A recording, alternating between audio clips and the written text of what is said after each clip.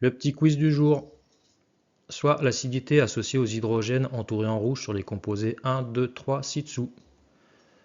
Le composé 1 est plus acide que le 2. Le composé 1 est plus acide que le 3.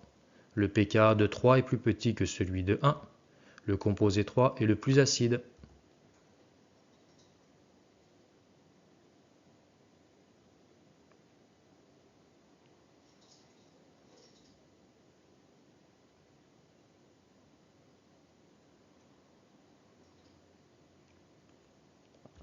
Le premier item est faux. Pourquoi? Cela signifie que le composé 2 est plus acide que 1. Il faut se souvenir simplement que l'acidité elle est liée au fait qu'un hydrogène est de plus en plus pauvre en électrons. Or, sur le composé numéro 2, on a la présence d'un atome d'halogène électroattracteur inductif attracteur qui va attirer les électrons des atomes voisins et notamment de l'atome d'hydrogène qui est fixé pas très loin de lui, qui permet la naissance d'une charge delta+, c'est-à-dire un appauvrissement en électrons de l'hydrogène.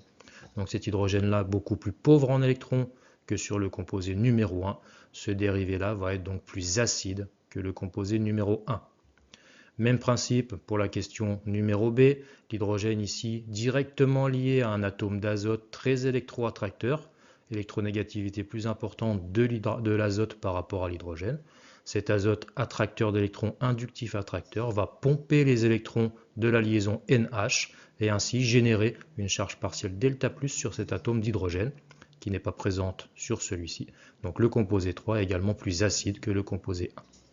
Le pKa de 3 est plus petit que celui de 1. Il faut simplement se souvenir qu'en termes d'acidité, lorsqu'on dessine l'échelle de pK, si j'ai un pKa faible, j'ai affaire à des acides forts, c'est en bas de l'échelle. Si j'ai un pKa élevé, j'ai affaire à des acides faibles, je suis en haut de l'échelle. Et là, on vient juste de le voir. Le composé numéro 3, on a dit qu'il était plus acide que le composé 1.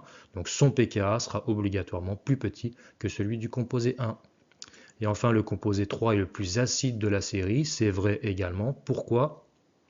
Parce que l'atome d'hydrogène est directement fixé à l'atome électroattracteur, l'atome d'azote, contrairement au composé 2 où l'hydrogène est un petit peu plus éloigné du composé de l'atome électroattracteur.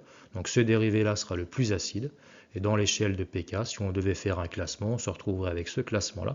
Le composé le moins acide, c'est-à-dire l'hydrogène le moins pauvre en électrons, sera associé au pKa le plus élevé en haut de l'échelle. Je passe au composé numéro 2 qui commence à être appauvri en électrons de par la présence du chlore. Et enfin, le composé 3 où j'ai l'hydrogène directement fixé sur l'atome d'azote.